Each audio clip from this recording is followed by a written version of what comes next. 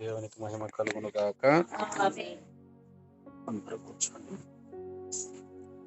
యేసుక్రీస్తు నామమున అందరికీ వందనాలు. ఈ రాత్రి దేవుని వాక్యము ధ్యానం చేద్దాం.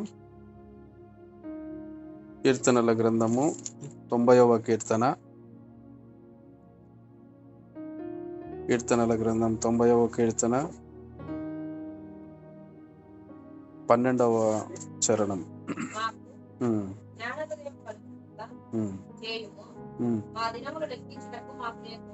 చాలు. భక్తుడైన మోషే చేసినటువంటి ప్రార్థన మరి ఈ కీర్తనలో మనం చూస్తాం. 90వ కీర్తనలో ఈరోజు మన అంశం ఏంటంటే లెక్కలు. అంశము లెక్కలు. స్కూల్లో పిల్లలకు వారికి ఉన్న సబ్జెక్టుల్లో ఒకటి మ్యాథ్స్ అనేది, లెక్కలు అనేది ఒకటి ఉంటుంది. చాలా మందికి ఈ లెక్కలు అంటానే పిల్లలకు భయం. కొంతమందికి లెక్కలు సులువుగా వారికి అర్థం అవుతాయి. చాలా మందికి లెక్కలు చాలా కఠినంగా, క్లిష్టంగా ఉంటాయి.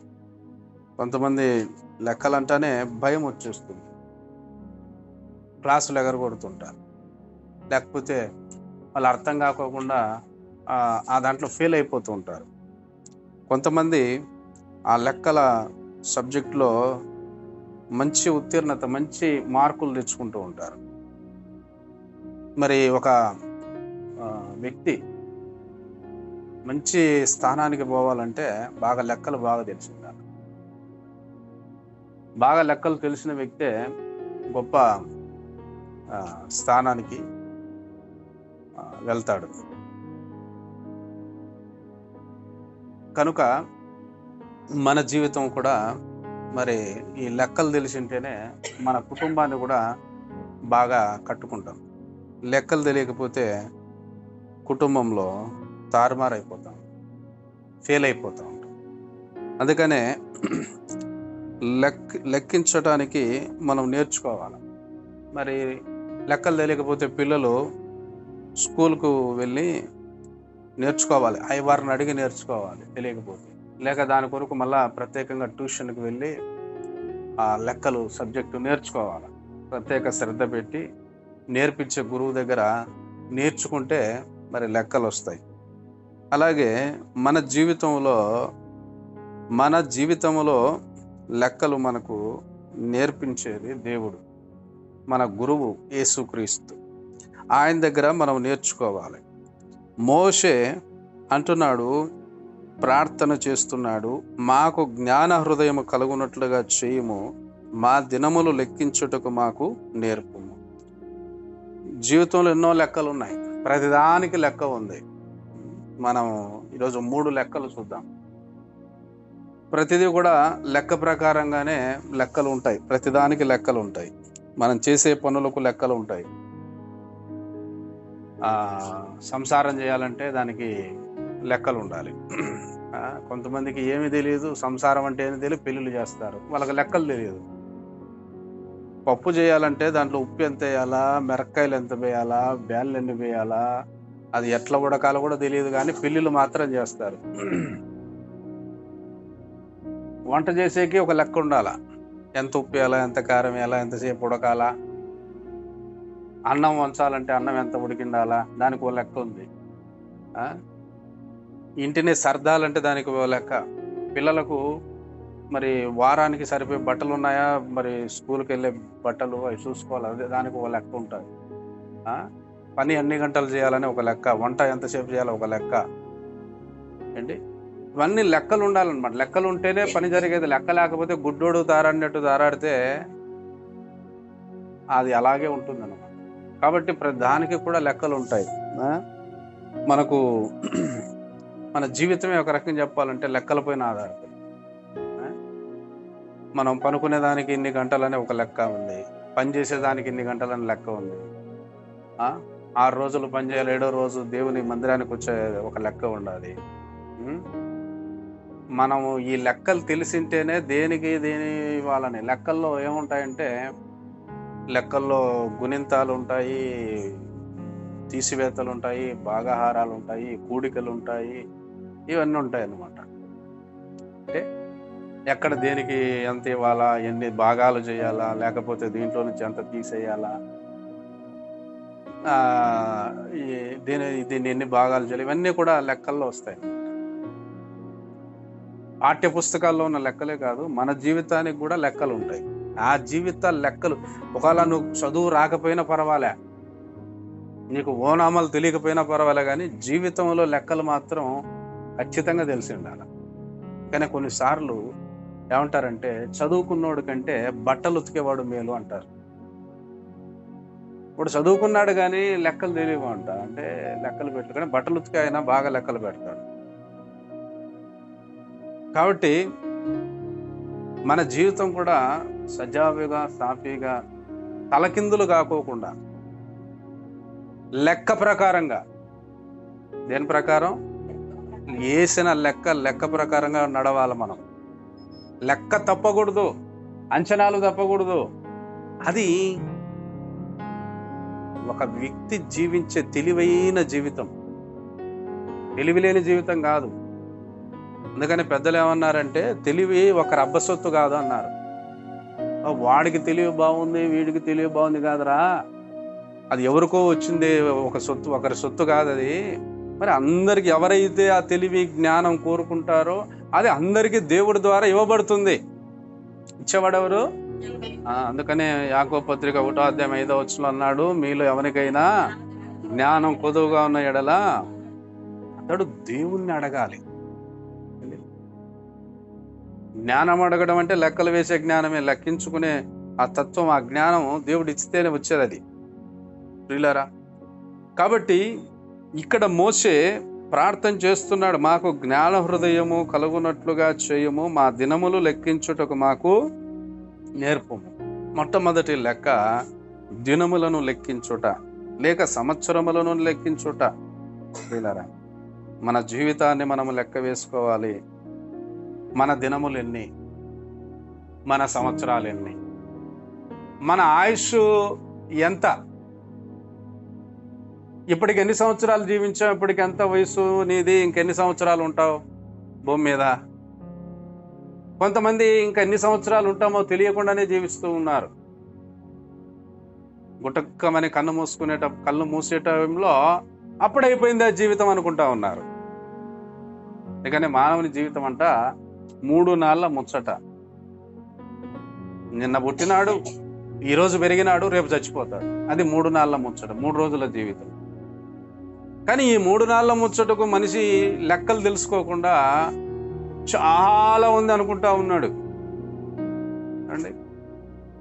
మనం చూస్తుండగానే మన బాల్య దినములు గడిచిపోయాయి. మనం చూస్తుండగానే మనం పెరిగి పెద్దవారం అయిపోయి తల వెంట్రుకలు నడిచిపోయాయి. మనం చూస్తుండగానే పళ్ళు రాలిపోయి, కళ్ళు చూపు తగ్గిపోయి, నడుము వంగిపోయి నడవలేని స్థితికి వచ్చేసాం చూస్తుండగానే, ప్రియులారా. అయితే మరి ఈ జీవితములను, మరి ఈ సమయమును, మన జీవితాన్ని సద్వినియోగం చేసుకోవాలంటే మన జీవితానికి లెక్కలు తెలుసుకోవాలా. 2023 వెళ్ళిపోయి 2024 వచ్చింది. ఇప్పుడు ఒక సంవత్సరం దాటి ఇంకో సంవత్సరం వచ్చిందంటే మన ఆయుష్ పెరిగినట్ట తగ్గినట్ట? నువ్వు బతికే బతుకులో ఒక సంవత్సరం తగ్గిపోయింది, పెరిగినట్టు కాదు, తగ్గిపోయింది. నువ్వు భూమి మీద జీవించే జీవితంలో ఒక సంవత్సరం అయిపోయింది, లేక జీవించిన సంవత్సరాలు అయిపోయాయి, ఇక మిగిలినవి కొన్నే.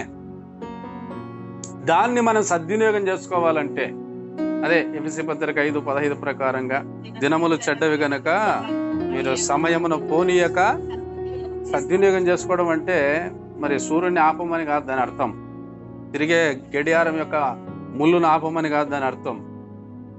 నీ సమయాన్ని, నీ జీవితాన్ని సద్వినియోగం చేసుకో. నీ జీవితంలో చేయాల్సిన పనులు జీవితం ఉండగానే చెయ్యి. చనిపోయినాక చేసేది ఏముండదండి. మనం ఒక వ్యక్తి సమాధిలోకి వెళ్ళినాక శాశ్వత నిద్ర లేకపోతాడు, బతుకున్నప్పుడే చేయాల. కాబట్టి మన దినాలను లెక్కించుకోవాలా, మన వయసును లెక్కించుకోవాలా. మనం ప్రతిరోజు అద్దం ముందుకు పోతా ఉంటాం, మోసపోకూడదు. రోజు రోజుకు తెలియకుండా నీ ఆయుష్ పెరిగిపోయింది, నీ ఆశ తరిగిపోతా ఉంది. నేను ఇంకా చిన్నపిల్లనే, నేను ఇంకా చిన్నదాన్నే, నేను ఇంకా ఇట్లే ఉంటాను అనుకోకూడదు ప్రియులారా. మన దినములు మనం లెక్కించడానికి ఆ జ్ఞానం మనకు కావాలి. అందుకనే మోషే ప్రార్థిస్తున్నాడు, మాకు జ్ఞాన హృదయం కలుగునట్లుగా. అంటే లెక్కలు తెలవటం అన్నది, తెలుసుకోవటం అనేది ఒక జ్ఞానం. జీవితాన్ని లెక్కించుకోవటం అన్నది జ్ఞాన హృదయం ప్రియులారా. జీవితాన్ని లెక్కించుకోవటం జ్ఞాన హృదయం అన్నమాట. అందుకని మాకు జ్ఞాన హృదయం కలుగ చేయమంటున్నాడు, మా దినములు లెక్కించుటకు మాకు నేర్పించు అంటున్నాడు ప్రియులారా. అంటే ప్రతిరోజు మన జీవితంలో ఎన్నో రోజులు వస్తూ పోతున్నాయి. ఆ ప్రతి దినాన్ని లెక్క పెట్టాలి, వారాలను లెక్క పెట్టి, నెలలను సంవత్సరాలను లెక్క పెట్టి మన జీవితంలో ఫలితాలు చూసుకోవాలి. నా జీవితంలో ఇంతవరకు నేను ఏం సాధించాను అని, లేక నేను ఏం చేశాను, ఇంకా ఏం చేయాలి అనేది పరిశీలించుకోవాలి. అంటే మనం కాళ్ళు బాగున్నప్పుడే అడిగైనా నడవగలం, అంతేనా? మంచంలో పడిపోయినాక నడుస్తామా? కాళ్ళు బాగున్నప్పుడే దేవుని దగ్గరికి రావాలా. దేవుని వద్దకు రండి. సహోదరి సాక్ష్యం చెప్తా ఉంది, ఏదో ఒక ఆటంకం వస్తుందంట దేవుని మందిరానికి రావడం. అవును, దేవుని మందిరానికి రావడం అంటే సైతాన్తో పోరాటం. వయసులో ఉన్నప్పుడు మనం దేవుని దగ్గర రాలేకపోతే, ముసలివారు అయినప్పుడు చూసారా, మందిరానికి కొంతమంది ముసలోళ్ళు వస్తూ ఉంటారు. మరి వాళ్ళు వస్తున్నారు, రేపు నువ్వు ముసలిదానివి, నువ్వు ముసలోడు అయితే వస్తావా లేదు చూసుకో. ఇప్పుడు వాళ్ళు వస్తున్నారు కట్టెబట్టుకొని. ఈ ముష్కినమ్మ ఆమె ఉండే ఎక్కడే ఈ వీధిలో, ఈరోజు ఏం రోజమ్మా అని పోయే వాళ్ళని అడిగి, ఆమెకు చదువు తెలియదు, ఆదివారం అని చెప్తే తెల్లారుజామున లేచి కట్టెబట్టుకొని సన్నగా నడుచుకొని వస్తుందంట. వచ్చి ఆ ఇంటికాడ ఇంకొక ఇల్లు విశ్వాసుల ఇంటికాడ కట్టెతో కొట్టి, ఏమి ఇంకా మీరు రెడీ కాలేదా, రాలేదా చర్చికి అంటాదంట. ఆయమ్మ రావడమే కాకోకుండా ఇంకొకరిని హెచ్చరిక చేసి వస్తూ ఉందంటే, అబ్బా ఎంత ధన్యురాలండి ఆమె. ఒక నెల ఒకటి రాలేదు ఆమె చచ్చిపోవడానికి ముందుగా, అంతకు ముందు వరకు నడుచుకొని వచ్చింది. వాళ్ళు వచ్చినారు, మరి నువ్వు నేను వస్తామని చూసుకో ముసలప్పుడు. ప్రభునందు ప్రియమైనటువంటి వాళ్ళారా, కనుక మనం వయస్సులో ఉండగానే దేవుని కొరకు చేయాల్సిన పనులు చేయాలండి. శరీరాన్ని దాచుకోకూడదు, శరీరాన్ని దేవుని విషయంలో సుఖపెట్టగడం కాదు, కానీ మనం దేవుని కొరకు చేయాల్సిన పనులు చేయాలి. దేవుని ఎద్దకు రండి, అప్పుడు ఆయన మీ ఎద్దకు వచ్చును. కాబట్టి ప్రియులారా, మన సంవత్సరాలు లెక్క వేసుకోవాలి. మన ఆయుష్ను కూడా మనం ఎప్పటికప్పుడు గుర్తుపెట్టుకోవాలి. మన ఆయుష్ ఎంత ఉంది, జీవితం ఎంత ఉంది, ఈ ఆయుష్ కాలంలో నేనేం చేయాలి అనేది మనం గుర్తుపెట్టుకోవాలి. ఇది మొదటి లెక్క, జీవిత దినములను గురించిన లెక్క. ఇది ప్రతిరోజు కూడా ప్రతి విశ్వాసి కూడా పరిశీలించుకోవాల్సినటువంటి విషయం అన్నమాట. దేవునికి మహిమ కలుగును గాక. తర్వాత ఇంకా 2 లెక్కలు ఉన్నాయి, దాన్ని చూద్దాం. లూకా రాసిన శుభవార్త 14వ అధ్యాయంలో, లూకా సువార్త 14వ అధ్యాయం 27 నుండి 33 వరకు చదవండి. లూకా సువార్త 14వ అధ్యాయము 27 నుండి 33 వరకు.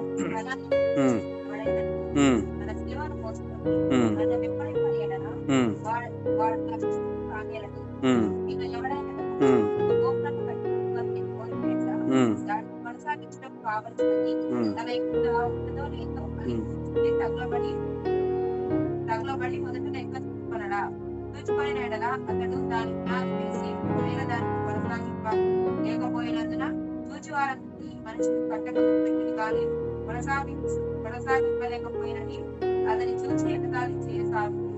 మరియు ఏ రాజైనతో మరి ఒక రాజుతో యుద్ధం చేయకున్నప్పుడు తన మీదికి 20,000 మందితో వచ్చానికి 10,000 మందితో ఎత్తి తనకు కలదో లేదో అని కూర్చుంది మొదట ఆలోచింపడా.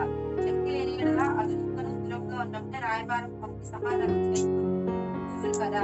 ఆ ప్రకారమే మీలో తనకు కలిగిన దంతయు విడిచిపెట్టేవాడు నాకు కానేనడు.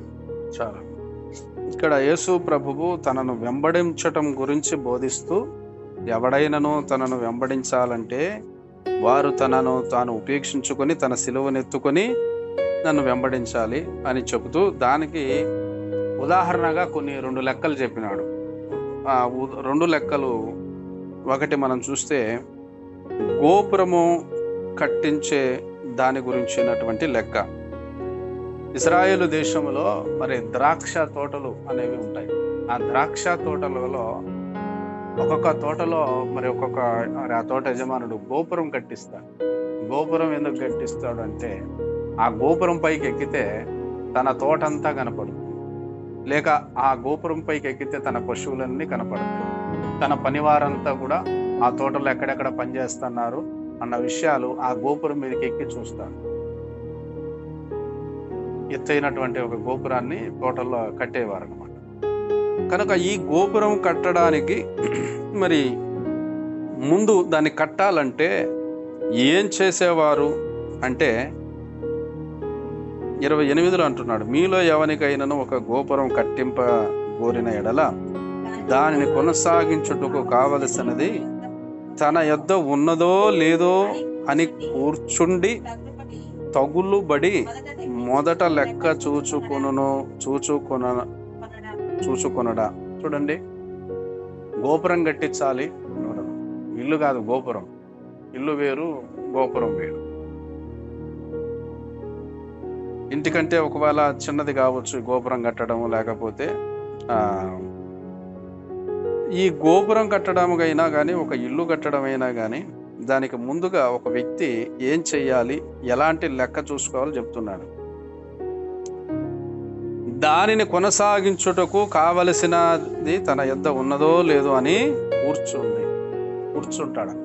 మొదట ఒక గోపురం కట్టాలంటే దానికి తగులుబడి కావాలి. తగులుబడి అంటే పెట్టుబడి, లేక తగులుబడి అంటే కావలసిన ధనము. నువ్వు ఏదైతే చేయాలని అనుకుంటున్నావో, కట్టాలనుకుంటున్నావో దానికి కావలసిన ధనము ఉందా లేదా అని చెప్పి ఏం చేయాలంట, కూర్చుండి అంటే కూర్చొని. ఈరోజు చాలా మంది పరిగెత్తి కడుతున్నారు, పరుగులు ఏదైనా చేయాలంటే పరుగు. ముందు పరిగెత్తేది పక్కన పెట్టు, కూర్చుంటేనే కొంచెం బుర్ర పనిచేస్తుంది. కూర్చోండి అంటే అర్థం ఏంటి? ముందు నీ పనులు అన్ని పక్కన పెట్టు, కూర్చో, తీరిక కూర్చో. అర్థం ఏంటి? కూర్చో అంటే కొంచెం బుద్ధి పెట్టి, మనసు పెట్టి ఆలోచన చెయ్యి. పెద్దలు ఒక మాట అన్నారు, పరిగెత్తి పాలు తాగే కంటే నిలబడి నీళ్లు తాగేది మేలంట. అప్పుడు పెద్దోళ్ళు చెప్పిన మాటలు ఇప్పుడు లేరే, అట్లా చెప్పేవాళ్ళు. అట్లా మాటలు ఎవరింటున్నారు ఇప్పుడు? నాకు పాలు కావాలా, బీరు కావాలా, బిర్యానీ కావాలా, దానికోసం నేను పరిగెత్తుతా. సావురా, తొందరగా తెస్తావు.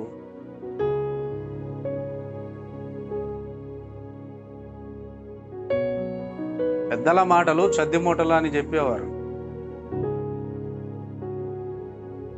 ఇప్పుడు కాలం వాళ్ళు ఎవడన్నా ఒక పని చేస్తుంటే కూర్చోబెట్టి, కర్రా నాయన కర్రా, కూర్చో, చెప్పే మాటలేను, ఆలోచన చేయి, పరిగెత్తొద్దు అని చెప్పి ఇప్పుడు ఎవరు ఉండారండి చెప్పేవాళ్ళు? ఏమ్మా ఊరికా ఉండవు, పా లేచి పా, ఊరుకుంటే ఎట్లా, పరిగెత్తు, ఇక్కడ పో.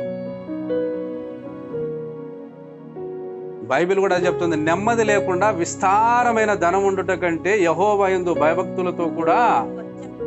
బైబిల్ అది చెప్తా ఉంటే మాకు నెమ్మది వద్దయ్యా, డబ్బు కావాలా, దానికోసం పరిగెత్తుతాం, ఏమైనా చేస్తాం దానికోసం. ఈరోజు చాలా మందికి డబ్బు ఉంది కానీ మనశ్శాంతి లేదు, నెమ్మది లేదు. ఎంతమంది చెప్తారు, నా దగ్గర నెమ్మది ఉంది, సమాధానం ఉందని. నెమ్మది లేని జీవితం ఎందుకుంది? కూర్చోవటం లేదు. కూర్చొని నేనేం చేస్తున్నాను, నేను చేస్తున్న పనికి నా దగ్గర తగులుబడి ఉందా, లేక పెట్టుబడి ఉందా, లేక సామర్థ్యం ఉందా అన్నటువంటి ఆలోచన చేయటం లేదు. యేసు ప్రభు నోటిలో నుండి చెప్తున్నాడండి లెక్కలేవి, ఎవరో కాదు. యేసు ప్రభు చెప్తున్నాడు నోట్లో, అయ్యా మీలో ఎవడైనా ఒక గోపురం కట్టించాలని అనుకుంటే మొట్టమొదట వాడు కూర్చుండి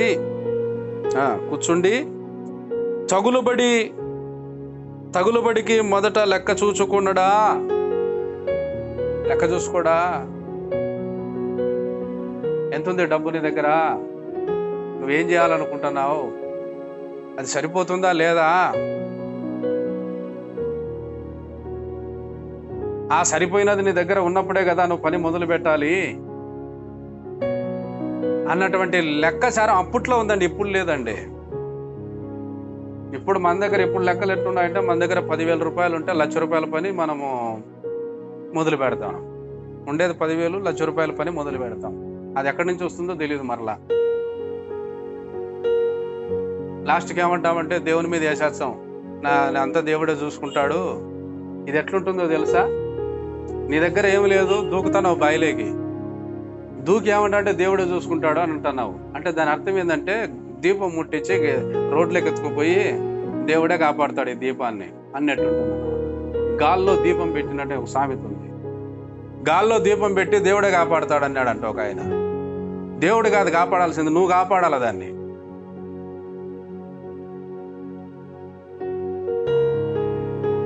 మనకు లెక్కలు తెలియకపోతే, మనం ఎలా ప్రవర్తించాలో తెలియకపోతే, లెక్కాచారం తెలియకపోతే లాస్ట్కు దేవుణ్ణి అంటాం, ఏం దేవుడు ఏమి చేయలే, దేవుడు ఏమి చేయలేదు. ఎందుకు చేయలే ప్రియులారా? దేవుడు ఎంత మంచోడంటే ఆయన మనకు ప్రతిరోజు అన్నం మెతుకులు పెడుతున్నాడు నోట్లోకి. బా ఎంత మంచి దేవుడు అయ్యా నువ్వు. ఎన్ని అప్పులున్నా, ఎన్ని సమస్యలున్నా మింగడానికి మెతుకులు మాత్రం ఇంట్లో పెడుతున్నాడంటే ఆయన ఎంత మంచోడు. మనకు అప్పులున్నా, సమస్యలున్నా మన చేతులకి డబ్బులు వస్తున్నాయి. ఈ వారం ఇంత వచ్చింది, ఈ నెల ఇంత వచ్చింది, ఎంతో కొంత వచ్చింది. అసలు డబ్బులు రాక మాత్రం లేవు. అయ్యా నెల అయిపోయింది అయ్యా, 100 రూపాయల నోటు కూడా ఎట్లుంటుందో నేను చూడలేదయ్యా అని చెప్పేవారు ఎవరైనా ఉన్నారా? దేవుడు ఎంత మంచోడండి. నీకు లెక్కలు లేవు కానీ దేవుడేమో డబ్బులు నీ చేతిలో పెడతాడు. ఇంకో రైంటే ఇప్పుడు నీ పిల్లోనికి నువ్వు డబ్బులు ఇస్తావమ్మా, 100 రూపాయలు, ఏదో వాడు అడుగుతున్నాడు కొనుక్కొచ్చుకోవాలని, మొత్తానికి పోయి అంతా కొనుక్కొచ్చుకున్నావనుకో 100 రూపాయలకి ఆ పిల్లోడు ఇంకోసారి ఇచ్చాడా? ఇయ్యడు. ఎందుకంటే వానికి డబ్బులు ఎట్లా ఖర్చు చేయాలో తెలియదు కాబట్టి. తెలియనోనికి ఏంటికి వేయాలి డబ్బులు? రై నువ్వు కూర్చో, నీకు కావాలంటే నేను బజారు పోయినప్పుడు నేను తెచ్చిస్తానులే, నీకు మాత్రమే డబ్బులు. ఎందుకంటే దాని విలువ తెలియదు, అది ఎట్లా ఖర్చు పెట్టాలో తెలియదు. అలాగని పిల్లలకి ఇవ్వం. వాడు అడిగితే మనమే సరేలే నేను బజారు పోతాను, పోయినప్పుడు తెచ్చిస్తానులే అంటాం. మరి మనకు దేవుడు మనకు డబ్బులు ఇస్తున్నాడండి చేతికి.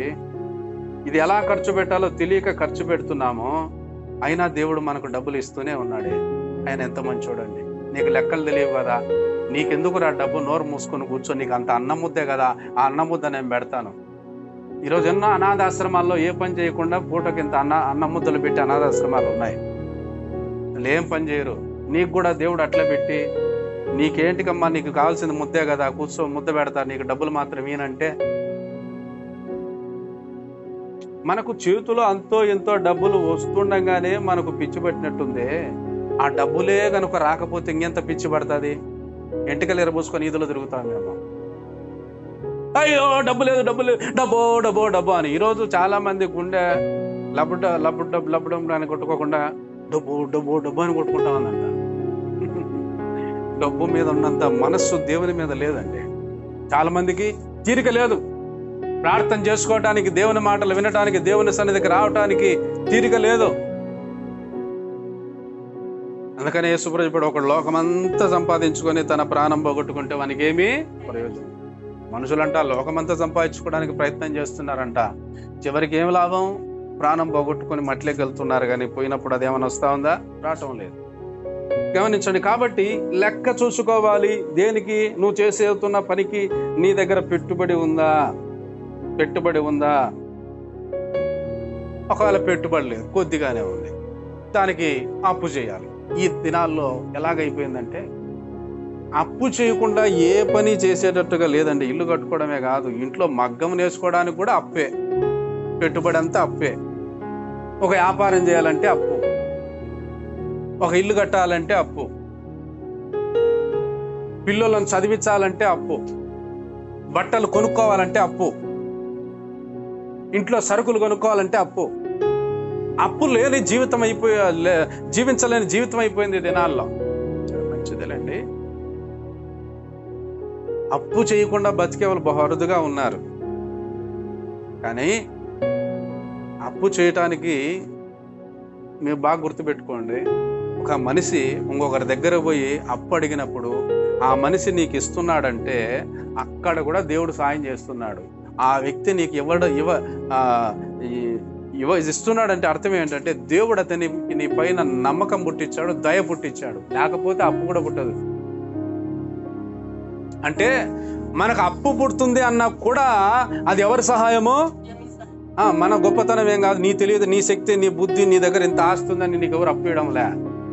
దేవుడు నీ పైన దయ చూపించి, పోనీలే అమ్మ వాడు నమ్మకమైనోడేలే, నీకు కష్టపడి చెప్పినట్టు ఇస్తాడులే అన్నట్టు మనసులో నీ మీద నమ్మకం పుట్టించి, నీ మీద జాలి పుట్టించి అప్పు ఇప్పిస్తున్నాడు. సరే, అప్పు మనం తీసుకున్నప్పుడు మన అంచనాలు, లెక్కలు ఎలా ఉండాలో తెలుసా అండి?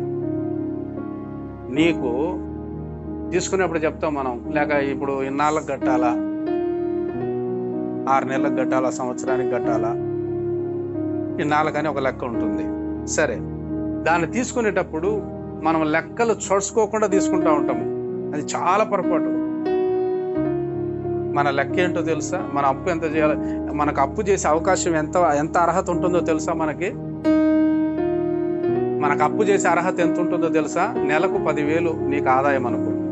ఒక వ్యక్తికి నెలకు 10,000 ఆదాయం అయితే ఆ వ్యక్తి అప్పు ఎంత మట్టుకు చేయవచ్చు అంటే అర్హత ఎంత అంటే 5,000 అప్పు చేయాల్సిన అర్హత. ఆదాయం 10,000 పెట్టుకొని 10,000 అప్పు చేయడానికి నీకు అర్హత లేదు. నీకు వచ్చేదే 10,000, ఇంకొకరి దగ్గర పోయి 10,000 నేను నీకు నెలకి ఇస్తానని తీసుకుంటావు. 10,000 నువ్వు వచ్చిన డబ్బులు వాళ్ళకి ఇచ్చేస్తే నువ్వేం తింటావు? నీ సంసారం ఎట్ట జరుగుతుంది? అంటే మట్టి తిని బతుకుతావా? వచ్చిన 10,000 వాళ్ళకి. అసలు మట్టి తిని బతకాలన్నా పని చేయడానికి శక్తి కావాలి కదా, కూడు కావాలి కదా, నీకు దానికి ఖర్చు కావాలి కదా. అంటే ఈ 10,000 తీర్చడానికి ఇంకో చోట 10,000 అప్పు చేయటం, ఆ 10,000 తీర్చడానికి ఇంకో చోట 10,000 అప్పు చేయటం. ఇది మన లెక్కలు.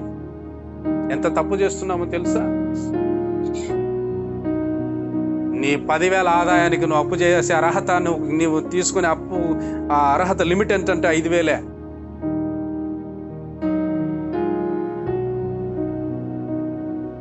లెక్కలు తెలియక ప్రవర్తిస్తా ఉన్నాం, పైగా దేవుణ్ణి నిందిస్తా ఉన్నాం.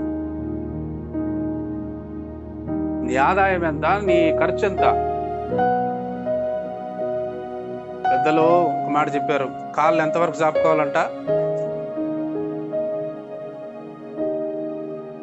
మంచం దాటి కాళ్ళు చాపుకుంటే ఇంకొకరికి తగులుతాయని, మంచం ఆడ వరకు ఉంటే ఆడ వరకే ముడుచుకోవాలంట కాళ్ళు.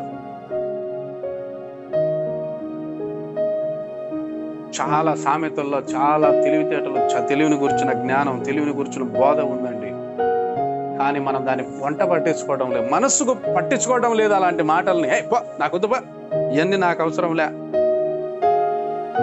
నేను అనుకుంది జరగటానికి ఏమైనా చేస్తానన్నట్టుగా చేయకూడదండి. పిచ్చి పిచ్చిగా మనం చేయకూడదు. లెక్కలు దారి తప్పినప్పుడే సమస్య.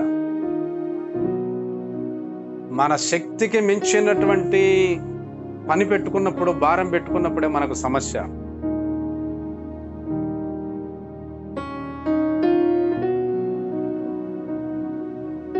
మనకు అలాగైతే ఎప్పుడయ్యా పెద్దోళ్ళు అయ్యేది, అలాగైతే ఎప్పుడయ్యా గొప్పోళ్ళు అయితే అనేది మనం ఉండకూడదండి. దానికి ఒక లెక్క ఉందండి మనం గొప్పోళ్ళు కావటానికి. ఆదికాండం 26వ అధ్యాయము చూడండి. మనం దేవుని నమ్ముకున్న వాళ్ళము లోకస్తుల మాదిరిగా పరిగెత్తి, లోకస్తుల మాదిరిగా వెంటబడి సంపాదించాలా, లేకుంటే ఇప్పుడే పెద్దోడు కావాలి, ఇప్పుడే గొప్పోడు కావాలా అనుకునే తత్వం దేవుని బిడ్డలది కాదు. అలాంటి ఆలోచన ఉండకూడదు. అయితే మనం గొప్పోళ్ళు కామా? అవుతాం. ఎలా అవుతాము? దానికి ఒక లెక్క ఉంది. ఆదికాండం 26వ అధ్యాయము 12-13 వచనాలు చదువు. ఇస్సాకు ఆ దేశమందున్న వాడై విత్తనము వేసి ఆ సంవత్సరము 100 ఫలము పొందెను. యెహోవా అతనిని ఆశీర్వదించెను కనుక ఆ మనుష్యుడు గొప్పవాడాయను. అతడు మిక్కిలి గొప్పవాడగు వరకు క్రమముగా అభివృద్ధి పొందొచ్చు వచ్చెను. దేవునికి స్తోత్రం కలుగునుగాక. 14లో కూడా చదివితే, అతనికి గొర్రెలాస్తియు గొడ్లాస్తియు దాసులు గొప్ప సమూహము కలిగినందున ఫిలిస్తీయులు అతని యందు అసూయపడినారంట. అండి, దేవుడు మనల్ని ఆశీర్వదిస్తాడండి. ఆయన ఆశీర్వదించడానికే పిలిచాడు. అయితే ఆశీర్వాదం ఎందుకు చూడలేకపోతున్నాం చెప్పండి? పోయిన సంవత్సరం కంటే ఈ సంవత్సరం నేను మెరుగ్గా ఉన్నాను. పోయిన సంవత్సరం కంటే ఈ సంవత్సరం బాగా బతుకుతున్నానని చెప్పండి. కొన్నిసార్లు మన ఆర్డర్ ఎలాగుంటుందంటే కింద నుండి పైకి పోవడం కంటే పైనుండి కిందికి రావడం లాగా కనపడతా ఉంటుంది. దేవుడు అలా చేస్తాడా మనల్ని అంటే ఎప్పటికీ చేయడు, మనమే అలా అవుతా ఉంటాం. దేవుడు మనల్ని మొదలుపెట్టినప్పుడు ఎలాగ మనల్ని ఆశీర్వదిస్తాడంటే క్రమక్రమం అంటే ఒక్కొక్క మెట్టుగా ఎదుగుదలను మనలోకి దేవుడు రావాలని చూస్తున్నాడు. ఒకేసారి గొప్ప వాళ్ళు కావాలని కాదు, ఒకేసారి ధనవంతులు కావాలని కాదు. బాగా గుర్తుపెట్టుకుంటే ఒకేసారి గొప్ప వాళ్ళు అయితే దాని విలువ మనకు తెలియదండి. ఒకేసారి ధనవంతులు అయితే దాని విలువ మనకు తెలియదు. అందుకనే ఎవరికి డబ్బు విలువ తెలుస్తుందంట, కష్టపడడానికి తెలుస్తుందంట. నేను ఇన్ని మాటలు చెప్తున్నానంటే నా జీవితంలో కూడా నేను ఎన్నో కష్టాలను చూసి కష్టపడి డబ్బు సంపాదించాను. నేను హోటల్లో పనిచేసినప్పుడు నాకు 10 రూపాయలు ఇచ్చారు మొట్టమొదట కూలి. ఆ రోడ్లో వస్తూ ఆ 10 రూపాయల నోటు ఇలా చూసుకున్నాను. నేను నా జీవితంలో కష్టపడి సంపాదించిన మొట్టమొదటి జీతం 10 రూపాయలు ఒక రోజు కూలిగా.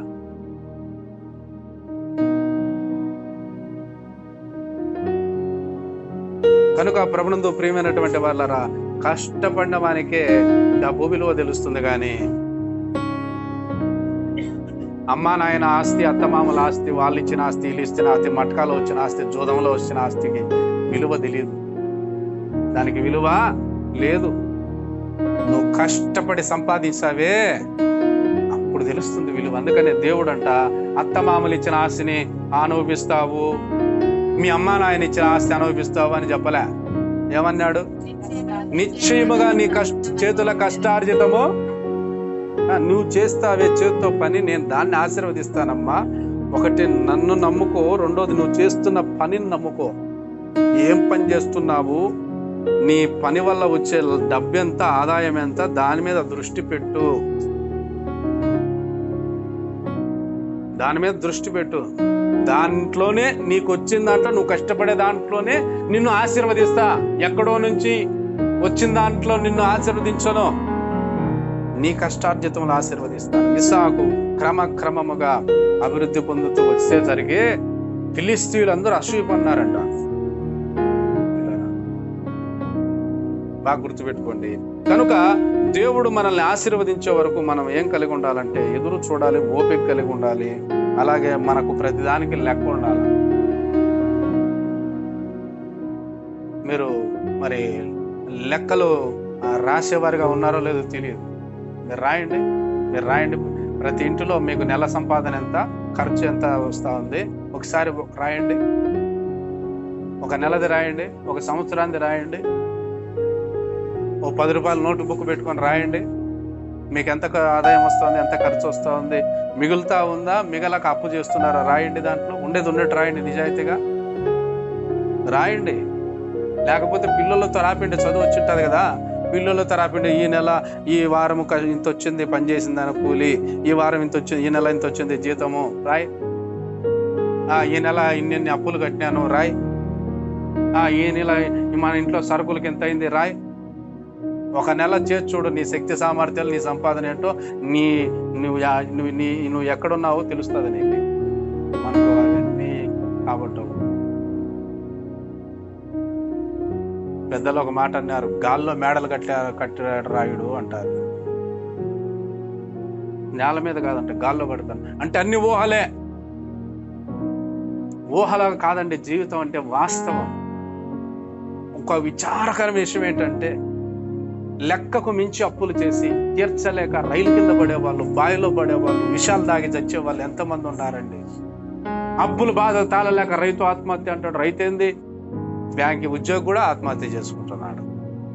కళ్ళు కనపడకుండా నెత్తికి వచ్చి అప్పులు చేసి మనశ్శాంతి లేక ఎంతమంది ఊర్లు విడిచిపెట్టి పారిపోయినారో. ఒకవేళ ఊర్లు విడిచిపెట్టిపోయి ఇంకొక ఊర్లో బతికినా అది ఒక రకం. అసలు భూమి మీద లేకుండా పోతే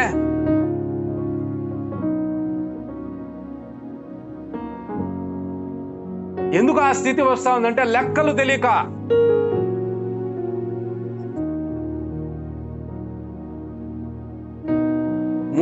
మూడవ లెక్క యేసు ప్రభు చెప్పిన లెక్క ఏంటంటే, మూడవ లెక్క లూకా సువార్త 14వ అధ్యాయము 31లో, మరియు ఏ రాజైనను మరి ఒక రాజుతో యుద్ధము చేయబోవునప్పుడు తన మీదికి 20,000 మంది వచ్చు వారిని 10,000 మందితో ఎదిరింప శక్తి తనకు కలదో లేదో అని కూర్చుండి మొదట ఆలోచింపడా, శక్తి లేని ఎడల అతడింకను దూరముగా ఉన్నప్పుడే రాయబారము పంపి సమాధానము చేసుకొన చూచును కదా. ఇంకొక లెక్క చెప్పాడు యేసుప్రభు. అదేమిటంటే బలము గురించిన లెక్క. ఒకటి ధనము గురించి లెక్క చెప్పాడు, లెక్క ఉండాలా చూసుకోవాలన్నాడు. రెండోది నీకెంత బలం ఉందో చూసుకో అన్నాడు. బలము నీకెంత బలగం ఉంది చూసుకో. ఒక రాజు మరొక రాజుతో యుద్ధానికి పోవాల్సి వచ్చినప్పుడు తన మీదికి 20,000 మంది సైన్యముతో ఒక రాజు యుద్ధానికి వస్తా ఉంటే ఇక్కడ ఇతనికి ఎంతమంది ఉన్నారంట? 10,000 మందే ఉన్నారంట. ఆ వస్తున్న వాళ్ళకి ఎంతమంది ఉన్నారు? 20,000 మంది ఉన్నారు సైన్యం. ఈ రాజుకి ఎంతమంది ఉన్నారంట? 10,000 మందే ఉన్నారంట. అప్పుడు ఏం చేయాలంట? కూర్చొని లెక్క చూసుకోవాలంట. అరే నాకు 10,000 మందే ఉండారు, ఆయనకి 20,000 మంది ఉండారు, మేము యుద్ధంలో దిగితే పోట్లాడితే వాళ్ళని మేము గెలుస్తామా గెలవలేమా? గెలవలేము అని తెలిసిన వెంటనే ఏం చేస్తాడంట ఆ రాజు? తన మీదకి వచ్చే రాజుతో, యుద్ధానికి వచ్చే రాజుతో రాయబారం పంపిస్తాడంట. అయ్యా నువ్వు మా మీదకి యుద్ధం రావద్దు, నీకు మేము దాసలం అయిపోతాము, నీకు కప్పం కడతాము, నీతో యుద్ధం చేసే శక్తి మాకు లేదు అని లొంగిపోతాడంట ఈ పక్క నుండే రాజు. ఎందుకని? లెక్క చూసుకున్నాడు. లెక్కలో ఈయన తక్కువ కనపడినాడు, వాళ్ళు ఎక్కువ ఉండారు కాబట్టి ఈయన ముందుగానే రాయబారం పంపి సమాధాన పరుచుకుంటాడంట. లేకపోతే 20,000 మంది వచ్చి 10,000 మంది ఉండే వాళ్ళని చంపేసి రాజ్యం అంతా ఆ రాజు ఆక్రమించుకుంటాడు కదా. అందుకని లెక్క చూసుకొని లొంగిపోతాడంట రాజు. లొంగిపోయి ఏదో ప్రాణాలతో ఉండి అతనికి కప్పం కడదాంలే అనుకుంటాడంట. అంటే ఇక్కడ చెప్పిన ఉపమానంలో దేని గురించి ప్రభు చెప్తున్నాడు అంటే బలగం. మనకి ఎంత బలగం ఉంది అనేది లెక్క చూసుకోవాలి. అంటే బలగం అంటే మనకు మన పక్షాన నిలబడే వాళ్ళు ఎంతమంది, మనకు తోడు ఉండే వాళ్ళు ఎంతమంది, మనకు సహాయం చేసే వాళ్ళు ఎంతమంది. మీకు కొన్ని విషయాలు తెలుసా అండి? కొన్నిసార్లు మనల్ని మాటలు చెప్పి ముందుకు దొబ్బుతారు. నేను ఉండపో, నేను చూసుకుంటాపో, నేను చేస్తాపో అని. తీరా ఇప్పుడు దూకినాక చేసినాక ఏమయ్యా నువ్వు బొమ్మన్నావు, నేను పోయినా, ఇప్పుడు దూకినా నువ్వు బయటికి రాపి అంటే అయ్యయ్యో నాకు టైం లేదే అంటాడంట. ప్రభునందు ప్రియులారా గమనించండి, మన బలగం ఏంటి, మన బలం ఎంత, మనకెంత సైన్యం ఉంది, మనకెంతమంది ఆదుకునే వాళ్ళు ఉన్నారు. ఎప్పుడన్నా ఆలోచన చేసుకున్నారమ్మా? అది కూడా ఆలోచన చేయాలంటే ఎట్లా ఆలోచన చేయాలంట? ఆ వస్తున్న వ్యక్తిని నాతో తనకు బలం ఉందో లేదో తెలుసుకోవటానికి కూర్చుండి ఇక్కడ కూడా కూర్చుండి అనే మాట చూస్తున్నాడు. అమ్మ ఎన్నిసార్లు మనం ఇంటిలో ఒంటరిగా ఉంటామండి. ఒంటరిగా ఉన్నప్పుడు ఎప్పుడన్నా నువ్వు పరిశీలన చేసుకున్నావా? నాకు ఎంతమంది బలగం ఉన్నారు? బంధువులు దండుకుంటారు, ఊర్లో వీధిలో వాళ్ళందరూ తెలిసిన వాళ్ళే, మనకు తెలియని అందరూ తెలిసిన వాళ్ళే, ఊరంతా తెలిసిన వాళ్ళే. కానీ నీకు కష్టం వచ్చినప్పుడు, నీకు బాధ వచ్చినప్పుడు, నీకు అవసరత వచ్చినప్పుడు నేనుండాను అని నీకు దగ్గర వచ్చి నిలబడి నీకు సాయం చేసే వాళ్ళు ఎంతమంది ఉన్నారు? వీళ్ళు నమ్మదగిన వాళ్ళయ్యా, మాట చెప్తే ప్రాణమైనా ఇస్తారయ్యా అన్నోళ్ళు ఎంతమంది ఉన్నారు నీకే? అట్లా అన్నప్పుడు చాలా మంది నోట్లో వచ్చే సమాధానం ఏంటి? ఎవరు లేరయ్యా అనే మాట వస్తుంది. ఎవరు లేరు అంటాం, కానీ లాస్ట్కు అందరూ ఉన్నారని భ్రమపడతాం. వాళ్ళు ఉన్నారు, వీళ్ళు ఉన్నారు, నా ఫ్రెండ్స్ ఉన్నారు, నా స్నేహితులు ఉన్నారు, నేను ఒక మాట చెప్తే చాలు వాళ్ళు వస్తారు అని ఊహలే. నిజంగా పిలిచినప్పుడు, నిజంగా చెప్పినప్పుడు ఎవరు రారు. ఎవరెవరు ఎదురవుతుంటారు, ప్రాణానికి నా ప్రాణం అంటారు. ఎవరెవరు ఎదురవుతుంటారు, ప్రాణానికి నా ప్రాణం అంటారు. కష్టాలలో వారు కదిలిపోతారు, కరుణగల యేసు నీతో ఉంటాడు. కరుణగల యేసు నాతో ఉంటాడు. ఎవరికి ఎవరు ఈ లోకములో, చివరికి యేసే పరలోకములో. ఎవరికి ఎవరు ఈ లోకములో. నిజమేనండి, ఎవరికెవరు ఈ లోకములో? భర్త కష్టపడతా ఉంటే వెంటరాని భార్యలు ఉన్నారు, భార్య కష్టపడతా ఉంటే వెంటరాని భర్తలు ఉన్నారు. నా భార్య కష్టపడుతుందని జాలి లేని భర్త, నా భర్త కష్టపడి జాలి లేని భార్యలు ఈ లోకంలో ఉంటే ఎవరండి ఎవరికి ఎవరు? కనుక ప్రభునందు ప్రియులారా గమనించండి, మన జీవితాల్లో మన బలగం ఎంత? ఎవరిని నమ్ముకుంటున్నాం? ఎవరిని నమ్ముకొని పనిచేస్తున్నాం? ఎవరిని నమ్ముకొని బతుకుతున్నాం? మనం చాలాసార్లు దేవుని మీద ఉండే నమ్మకం కంటే మనుషుల పైన అధికంగా ఉంటుంది నమ్మకం. నాకు వాడు ఉండాలి, ఈడుండాలి, ఎమ్ముందులే. నాకు రోజు ఫోన్ చేసి ఒక గంట సేపు మాట్లాడుతూ ఉంటుంది, ఎమ్ముందులే అనుకుంటాం. ఆయమ్మకు ఫోన్ చేయి కష్టం వచ్చినప్పుడు, అక్క ఇప్పుడు కొంచెం అర్జెంట్ పని ఉంది, మళ్ళీ చేస్తానని ఫోన్ పెట్టేస్తుంది అంతే. అంత రోజు గంట సేపు మాట్లాడిన దానివి నువ్వేదో ఒక అవసరం ఉందని ఫోన్ చేస్తానే నిమిషాలు కూడా కాదు, క్షణాల్లోనే అక్క నాకు కొంచెం అర్జెంట్ మళ్ళీ చేస్తాను లేక, మళ్ళా చేసినా కూడా నీకు రింగ్ అవుతుంది కానీ ఎత్తారు. ఏమిటి మన ఊహలు? వాళ్ళున్నారు, వీళ్ళున్నారు, నాకు ఆయమ్మ తెలుసు, నాకు ఈయమ్మ తెలుసు, నాకు ఆయప్ప తెలుసు. ఎవరు తెలిస్తే ఏం లాభం? సుఖాల్లో పంచుకుంటారు కానీ బిర్యానీ చేసినాను రామ్మ అంటే అందరు తినిపోయే వాళ్ళు వస్తారు. అక్క ఇంట్లో బియ్యం లేవంటారు. మీకు ఇంకో విషయం తెలుసా? తాగేకి డబ్బు లేదంటే తాగేకి డబ్బులు పడతాయి కానీ ఇంట్లో బియ్యం లేవురా అంటే బియ్యానికి డబ్బు లేరు. నా దగ్గర లేదంటారు. అరే తాగడానికి డబ్బు లేవురా, రేపు ఇచ్చారా, ఈరోజు ఇరా అంటే రారా నీకేం కొదవ నేను ఉండానని 200, 300, 500 దాపిస్తారు. కానీ తినడానికి ఇంట్లో భార్య పిల్లలు ఉన్నారా, వాళ్ళకి అన్నం లేదురా, ఇంట్లో బియ్యం లేవురా అంటే అరే నాకు అట్లే ఉందిరా కష్టం, నాకు కూడా అట్లే ఉంటే అంగట్లో నేనే అప్పు తెచ్చుకున్నాను రా అంటాడు. అది మనం నమ్ముకున్న స్నేహితుల పరిస్థితి, అది లోకం పరిస్థితి. అందుకనే కీర్తన 118:8 చదవండి. కీర్తన 118:8.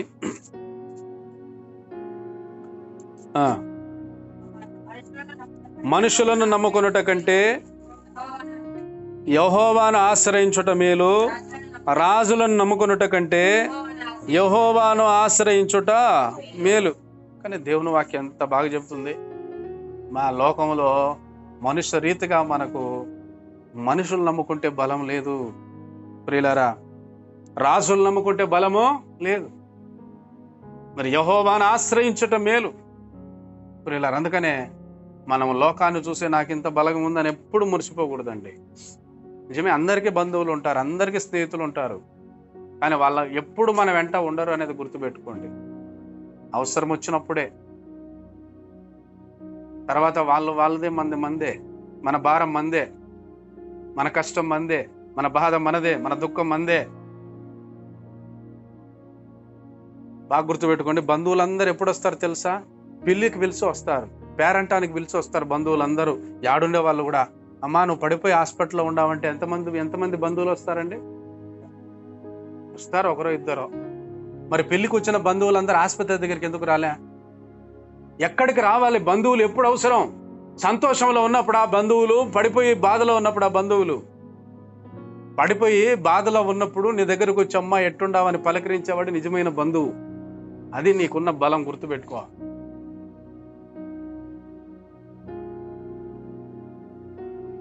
అంటే మన బలగం ఎంత, మన బలం ఎంతో గుర్తుపెట్టుకోవాలండి. ఏంటి మన బలం? మన జీవితంలో ఎప్పుడు గుర్తుపెట్టుకో, ప్రభువా నేను ఒంటరివాడినయ్యా, నువ్వే నాకు దిక్కు, నువ్వే నాకు సహాయం, నువ్వు చేస్తే తప్ప నేను జీవించలేను, నువ్వు నాకు తోడుగా ఉంటే తప్ప, నువ్వు నడిపిస్తే తప్ప, నువ్వు సాయం చేస్తే తప్ప నాకు ఏం దిక్కు లేదయ్యా, నువ్వే నాకు ఆధారం అని దేవుని పైన ఆధారపడాలా. రెండోది, దేవుడు మనల్ని నడిపించినప్పుడు ఎప్పుడు ఏం చేయమంటాడో అప్పుడు చేసినప్పుడు నువ్వు చేసే పనులు విజయవంతం అవుతాయండి. దేవుడు మనకి ఎవరికి మన తోడు లేకపోయినా మన ద్వారా గొప్ప పనులు చేస్తాడండి, ఒంటరి వారైనా కూడా. ఎప్పుడు తెలుసా? దేవుడు తగిన సమయమందు. అందుకనే 1 పేతురు పత్రిక 5:6 ఉంటుంది, దేవుడు తగిన సమయమందు మిమ్మును హెచ్చించున్నట్లు ఆయన బలిష్టమైన చేతి కింద దీన మనస్కులై. దేవుడంట మనల్ని పిలిచింది, రక్షించుకుంది. ఒక సమయం ఉంది, ప్రతిదానికి సమయం ఉంది. తగిన సమయంలో దేవుడు ఏం చేస్తాడంట? ఇచ్చిస్తాడు. ఇచ్చిచ్చే వరకు మనం ఏముండాలంట? ఆయన బలిష్టమైన చేతి కింద దీన మనస్కుల ఎదురు చూస్తూ ఉండాలి. ప్రభువా, నువ్వు కూర్చోమంటే కూర్చుంటాను, లేమంటే లేస్తాను, నడవమంటే నడుస్తాను. ప్రభువా, నువ్వు నాకు సెలవి. ప్రభువా, నువ్వు నాతో మాట్లాడు, నన్ను నడిపించు. దావీదు సౌలు చనిపోయిన తర్వాత ఆయనే రాజు, ఆల్రెడీ దేవుడు అభిషేకించాడు. కానీ మళ్ళా దేవుని దగ్గర అడుగుతున్నాడు, ప్రభువా, నేను యూదాకు పోదనా వద్దా? పొమ్ము అన్నాడు. మరి నేను పోవలసిన పట్టణం ఏది అని మళ్ళీ అడిగాడు. హెబ్రోనుకు పొమ్ము అన్నాడు. సరే, దావీదు ప్రతి విషయంలో దేవుని దగ్గర విచారణ చేసేవాడండి. మన జీవితంలో కూడా, ప్రభువా, ఈ పని చేయాలా వద్దా, నేను పోవాలా వద్దా, ప్రార్థన చేసి మనం దేవుని అడిగి దేవుని నడిపింపుతో వెళ్తే ఖచ్చితంగా మనకు విజయం కలుగుతుందండి. దావీదు పోయిన చోటల్లా దేవుడు అతనికి తోడుగా ఉండను గనక అతడు విజయం సాధించాడంట. యుద్ధాల్లో శత్రువుల పైన విజయం సాధించాడు ప్రియులారా. కాబట్టి మన లెక్కలు కూడా మనం గుడ్డిగా వేసుకోకూడదు. నాకు వాళ్ళు ఉండారు, వీళ్ళు ఉండారు, వాళ్ళు వచ్చారు, వీళ్ళు వచ్చారు అని ఎప్పుడు అనుకోకూడదు. మన బలం ఏంటి? దేవుడే బలం. అందుకనే కీర్తన 18:1 చూడండి. కీర్తన 18:1 దావీదు, యెహోవా నా బలమా, నేను నిన్ను ప్రేమించుచున్నాను. దావీదు అంటాడు, దేవా నువ్వే నా బలం. ఆ దావీదుకు అన్నలు ఎంతమంది తెలుసా? 7 మంది అన్నలు. అబ్బా, మా అన్నలకు ఒక మాట చెప్తే 7 మంది వచ్చారు నా కోసం అని అనుకోలే. మాది పెద్ద గోత్రం, పెద్ద కుటుంబం, యూదా గోత్రం మాది, రాజవంశం మా పెద్దది వంశం, మాదంతా కులం పెద్దది అని అనుకోలే దావీదు. ఏమనుకుంటున్నాడు? ప్రభా నువ్వే నా బలం. అటు నిజంగా ప్రియులరా, మన బలం దేవుడు, మన ఆధారం, మన శక్తి దేవుడు. కనుక మనము ఏ పని చెయ్యాలనుకున్నా కూడా ఏ లెక్క చూసుకోవాలా? దేవుని లెక్క చూసుకోవాలా. మన దగ్గర ఉండే బలం అదే. దేవుడు చేయమంటాడా? చెయ్యి. మందిరం పని 11,000 రూపాయలతో పని మొదలు పెట్టామండి. దేవుడు చెయ్యి మొదలు పెట్టంటే పెట్టాను. నేను నా సొంత ఊహతో కాదు. 4 సంవత్సరాలు పట్టింది దేవుడు ఆ మందిరం కట్టించే వరకు ఓర్పుతో వచ్చాను. మీకు ఇంకో విషయం తెలుసా? అప్పు చేయటం దేవుని చిత్తమా కాదా అనేది ఒక గుడ్డిగా గుర్తు ఏంటో తెలుసా అండి? అప్పు చేయటం తప్పు కాదు, కానీ దాన్ని తీర్చుకునే మార్గం నీ దగ్గర ఉందా లేదా అని ఒకటి చూసుకోవాలా. నీ దగ్గర ఎంత ఆదాయం ఉంది? నేను ఆ మందిరం స్లాబ్ వేసే విషయంలో అప్పుడు మా బావగారిది అక్కడ మందిరం పడిపోయింది. కారు మీద కొన్ని పిల్లలు పడి కారు కొంచెం డ్యామేజ్ అయింటే దాన్ని ఆయన రిపేర్ చేయించి దాన్ని అమ్మేశాడు. ఓ రోజు నేను వాళ్ళ ఇంటికి పోయినప్పుడు, ఏం చేస్తున్నారు మీరు, ఏం డబ్బులు వచ్చాయి 2,80,000 ఆ కారు, ఏం చేయాలనుకుంటున్నారు అని అడిగా. నాకు ఇవ్వండి అనలే, నాకు ఇవ్వండి, మేము మందిరం పని ఉంది అని అడగలే. నేను 2,80,000 వచ్చింది కదా, ఏం చేయాలనుకుంటున్నారు అంటే, మళ్ళా కారు కొనుక్కోవాలనుకుంటున్నారా, లేకపోతే బ్యాంకులు వేసుకోవాలనుకుంటున్నారా, ఏం చేయాలంటే, ఒక బంధువు కదా మాకు, చెల్లెలు బావ కాబట్టి ఏం చేయాలనుకుంటున్నారంటే, ఆయన నోటి నుండి వచ్చిన మాట ఏంటో తెలుసా? నీకు అవసరమేమో తీసుకోపో, నువ్వు నీ దగ్గర ఉన్నప్పుడు మళ్ళీ మాకు ఇస్తూ అన్నాడు. నోటి నుండి ఎలా దేవుడు రప్పిస్తుండ మాట. నేను అడగలే, నువ్వు అప్పు ఇయ్యా మాకు బదులు ఇయ్యా అడగలే, ఆయన చెప్పినాడు. అప్పుడు నా నోట నుండి వచ్చిన మాట ఏంటో తెలుసా? నువ్వు ఇచ్చిన డబ్బు ఎన్నాళ్ళు ఇవ్వాలో చెప్పు, నువ్వు మధ్యలో ఎప్పుడంటే అప్పుడు అడిగితే నేను ఇయ్యను అని నేను చెప్పాను. వాళ్ళకు సమయం 1 సంవత్సరానికి నేను మళ్ళా ఇస్తానని చెప్పి, ఊరికినే కూడా వద్దు, నాకు రూపాయి వడ్డీ ప్రకారం కూడా వేసి ఇస్తానని చెప్పి, నాకు వడ్డీ వద్దన్నాడు. ఆ రోజు నీకు బుద్ధి పుడితే ఏదైనా కానుక కానీ నాకు వడ్డీ అయితే వద్దన్నాడు. సంవత్సరం టైం చెప్పినాను. దేవుని చిత్తం చూడండి, నేను ఎదురు చూడ విధంగా అది 3 లక్షలు వచ్చింది. స్లాబ్ వేసాం, మందిరం పని జరిగింది. చెప్పిన ప్రకారంగా సంవత్సరంకు మళ్ళా అదే నెలలో అదే మళ్ళా సంవత్సరానికి వాళ్ళు 2,80,000 తీసుకుంటే 3 లక్షలు ఆయనకు నేను అందించాను. మళ్ళా సంవత్సరం లోపల 6 నెలలు దాటలేదు, నెల దాటలేదు. దేవుని చిత్తములో మనం అప్పు చేయాల్సి ఉంటే అలా ఉంటుందండి. నువ్వు ప్రార్థన చేస్తా ఉంటే నీ అవసరత ఎరిగి ఎవరైనా వచ్చి, అక్క నువ్వు ఈ ఇబ్బందిలో ఉండవు, ఇదిగో ఈ అవసరతలో ఉండవు కదా, ఇదిగో ఈ డబ్బులు తీసుకో, నువ్వు మళ్ళా నీ దగ్గర ఉన్నప్పుడే ఇచ్చుపో నాకు అంటారే, అది దేవుని చిత్తం అండి. మనం పోయి ఒకరి దగ్గర పోయి అడుక్కోవడం కాదు. మీకు ఈ మాటల బాధ కలిగించవచ్చేమో కానీ ఉండే నిజం చెప్తున్నాను, సత్యం చెప్తున్నాను, దేవుని చిత్తం చెప్తున్నాను. నిజంగా నీకు అప్పు అవసరమైతే, నిజంగా నీకు ఇలాగ మార్గం అవసరమైతే దేవుడే పంపించాడు. నువ్వు ఇబ్బందిలో ఉండవు, కష్టంలో ఉండవు, అది కాక నా దగ్గర ఈ డబ్బు ఉంది తీసుకో, నీకు మళ్ళా నీ దగ్గర ఉన్నప్పుడు నాకు. అది దేవుని చిత్తం. నువ్వు పోయి అడగలేదు, వాళ్ళే వచ్చారు, వాళ్ళే ఇస్తామన్నారు.